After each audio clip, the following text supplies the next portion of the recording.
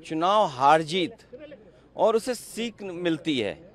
आप पॉपुलर हो सकते हैं, आपको वोट ज़्यादा मिलेगा, लेकिन बीजेपी की जो मशीनरी है, बीजेपी का जो काम करने का तरीका है, बीजेपी जिन इश्यूज़ को लेकर के ग्रास रूट तक जाते हैं। मान लीजिए उन्होंने अब ये कहना शुरू किया है कि महिलाओं ने बहुत उन्हें वोट दिया है, वीमेन वोट ज़्यादा मिला है उनको, ये तो बताया जा सकता है, लेकिन आप 10,000 रुपये कब तक देंगे? आप सम्मान का जीवन नहीं देना चाहते हैं। अच्छा, उन महिलाओं को आप 10,000 दे रहे हो जिनके पति परिवार के लोग एक साथ नहीं रह सकते हैं।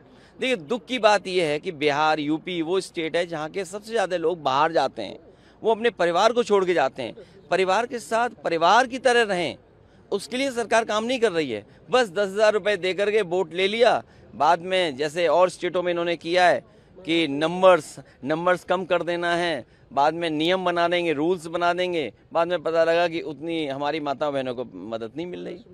सेम महाराष्ट्र में और किसी स्टेट में इसी तरह का काम होता है। आप कैसे रीड करते हैं सर, क्योंकि काफी सालों से आप पॉलिटिक्स को देखते जा रहे हैं, बीजेपी का इस बेहतरीन विन कहा जा रहा है उनके तरफ से, इंडिया का बेहतरीन विन जेडीयू को, आप कैसे देखते हैं सर? नहीं, इतना सीट जीते हैं, 202 डबल सेंचुरी, हजम नहीं हो रहा।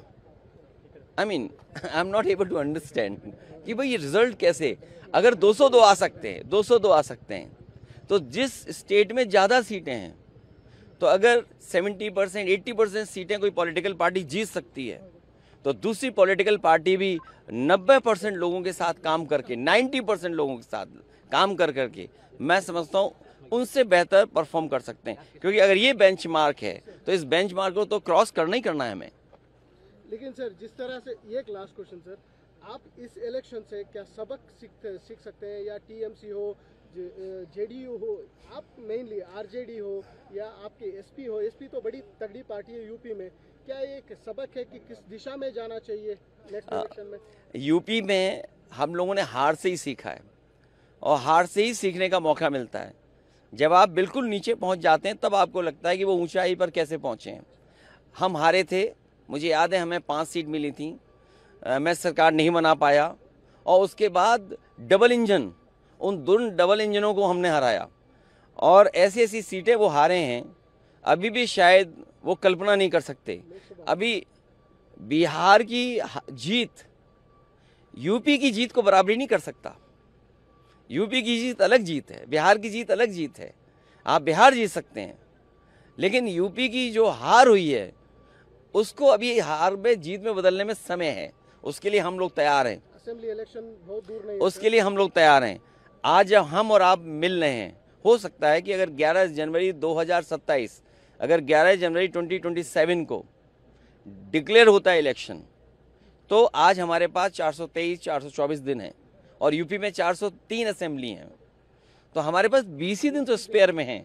तो 20 ही दिन स्पेयर में, बाकी तो हमें काम ही करना है।